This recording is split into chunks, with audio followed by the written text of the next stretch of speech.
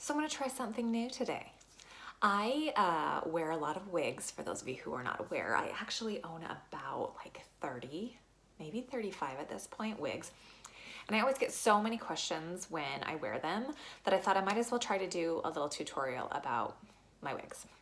So first thing you should know is I'm like the cheapest person on earth. So I always try to find wigs that are pretty inexpensive. I would say most of my wigs are under $40, maybe 45 at the max. And the second most popular question I get is, where do you get your wigs? I get all my wigs online. My wigs are lace front synthetic wigs, and I order them from a couple different places. So you can go on eBay. There are a couple of stores. I don't wear used wigs. Kind of draw the line there. But eBay has a store called Jenny Hair, I believe. They have some pretty good ones, but they can get pretty pricey. Hers are.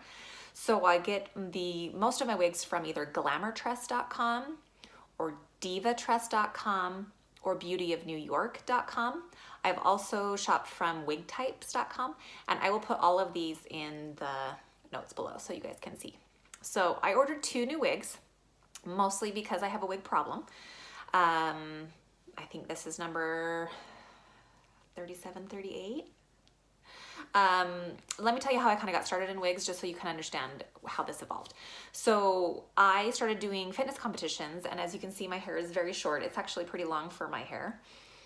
But when I was doing my first competition, my coach said, well, you have to get extensions because bikini girls do better with long hair. And I'm like, no. Because for any of you who know hair, if you put extensions in short hair, you can tell immediately it's so fake. It looks ridiculous. You can see all the lines. It's super expensive. It's hard to maintain. I've had extensions in my hair before. And so I pretty much said, no, it's not happening. So either we deal with short hair or I can wear a wig. And they were blown away. They had never heard of anyone using a wig. So I got a couple. They gave me some advice of what style I needed, and I got them. And I wore it in my competition, and I actually did really well. And so from then on, all the competitions that I did, and when I turned pro, I wore wigs the entire time I competed. I love wearing wigs. It's something that I can hide behind, and I can be another persona when I wear them. When I go out girls' night out, I wear them. I can be different colors of hair. I can experiment with different lengths, different styles, all of it. I also do a lot of cosplay, which that's easy to do a wig because you're actually doing a character anyway. But I really do love to do cosplay because I can actually focus like a certain wig around a certain look. For example, redheads, the super redheads I've done. Little Mermaid and Jessica Rabbit and Red Sonja. So I've done some really fun things with wigs and even hair pieces, but today I'm gonna focus on wigs. So the very first advice I would give you is to say, find a style that is something that you would normally probably do if your hair grew out that long.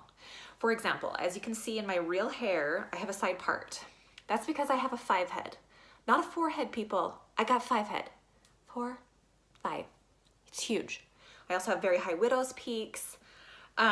So I cannot wear anything that's parted in the middle. It makes my forehead look bigger and my very big schnoz look even bigger. So when I look for a wig, I don't look for things that are parted in the middle because they never look good on me. I've ordered a couple of wigs before with center parts and I look ridiculous. So I always look for side parted just for me. That's not saying that's for you, but that's for me. The other thing I do is, unless I need something super duper long, for competing or for cosplay, I try to keep it pretty minimal because you can get them really long and just like real hair, they tangle.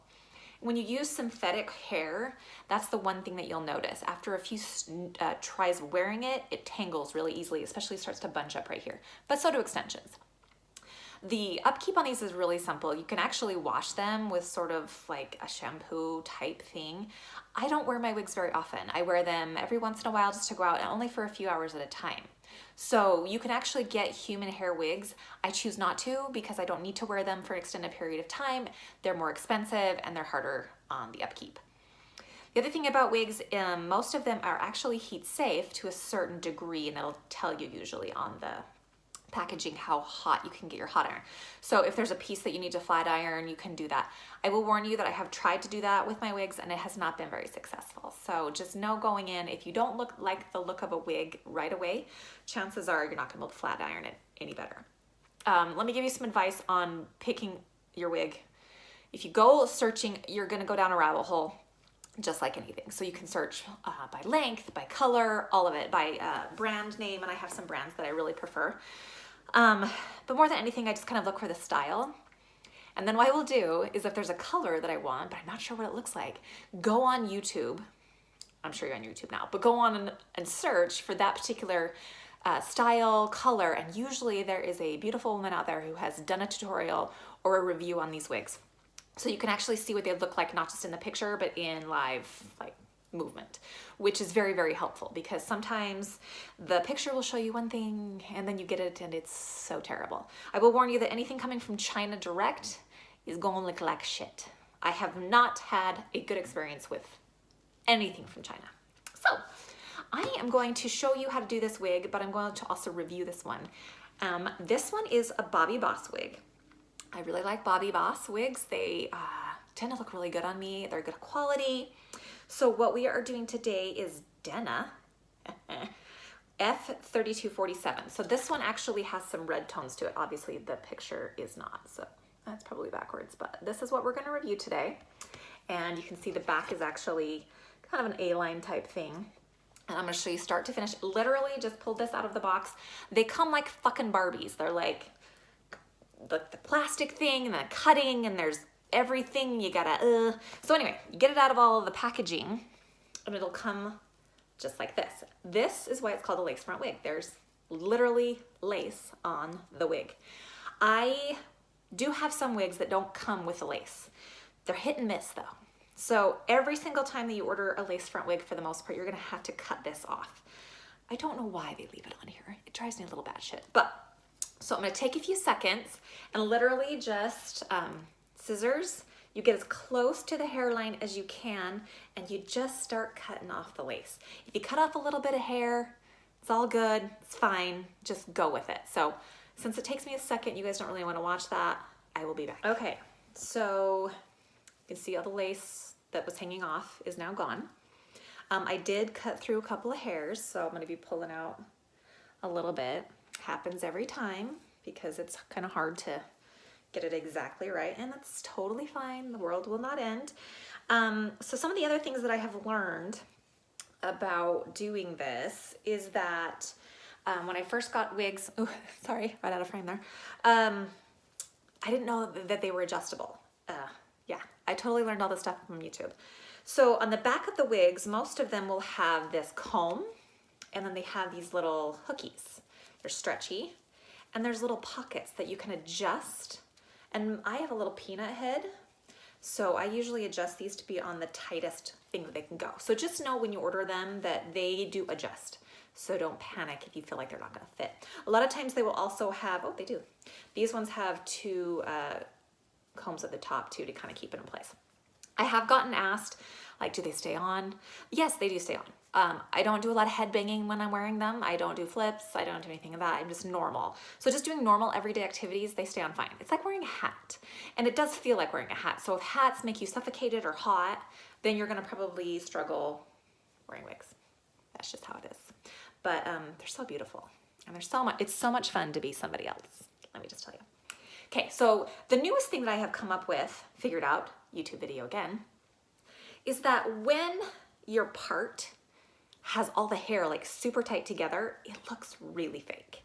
You can really tell that it's a wig when you can't see like someone's scalps. Because I mean, when you have a part, you can see your scalp, right? There's some scalp coming through. That's realism. So what I will do, or a lot of the girls have suggested, is you just take tweezers and you pull out just a few hairs at a time out of the part to make it a little whiter.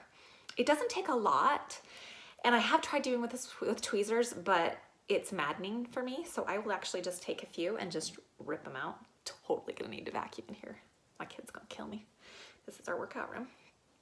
So I just take out a few strands at a time and I just rip them out and make that part a little bit more obvious. So I'm not gonna do that today because it takes, you know, some finesse. I will warn you, don't take big chunks out because you're gonna tear a hole in the middle of this thing, and that's not recoverable. You don't get that back.